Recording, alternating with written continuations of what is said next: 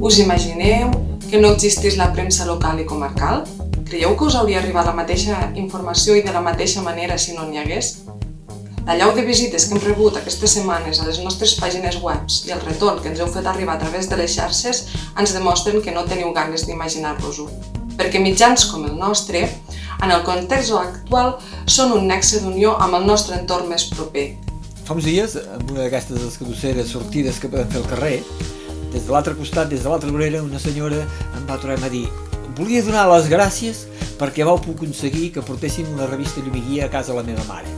La meva mare és una senyora gran, que no sap com funciona això d'internet, i t'asseguro que Llum i Guia ha estat l'única connexió que ha tingut durant aquests dies amb la realitat del nostre poble. Davant de la situació que estem vivint, ens hem hagut de reinventar i hem arribat als nostres lectors amb noves iniciatives, sense perdre de banda la nostra essència, informar.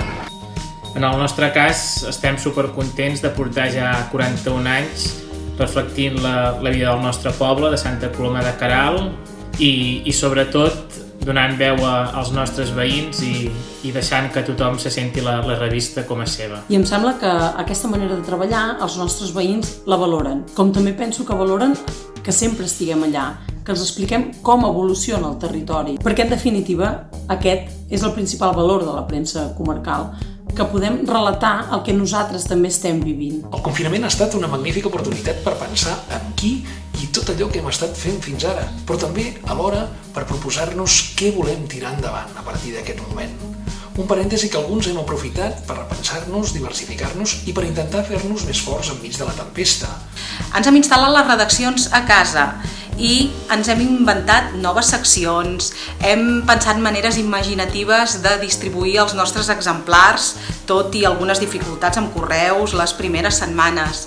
En fi, creiem que hem après moltes coses. Que segurament d'aquí poc tot això haurà passat i potser ens hem d'adaptar una mica, però ens en sortirem, de veritat que ens en sortirem. Mai com ara hem tingut l'oportunitat de comprovar com la informació de qualitat és fonamental per la cohesió de la societat, per garantir la veracitat de les notícies que arriben als lectors i per assegurar el servei públic de comunicació tan fonamental en l'exercici del periodisme.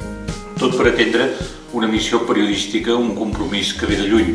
Ho hem fet justament en l'any en què encetem la commemoració del 40è aniversari de l'Associació Catalana de Premsa Comarcal, de l'ACPC. Un aniversari que, malgrat les circumstàncies, volem compartir amb tota la gent que ens segueix. Amb tothom, fins al poble més petit del país, reforçant la idea que la premsa local de proximitat és una eina de creixement cultural, de promoció del sentit de comunitat i de formació cívica per fer una Catalunya millor per a tothom.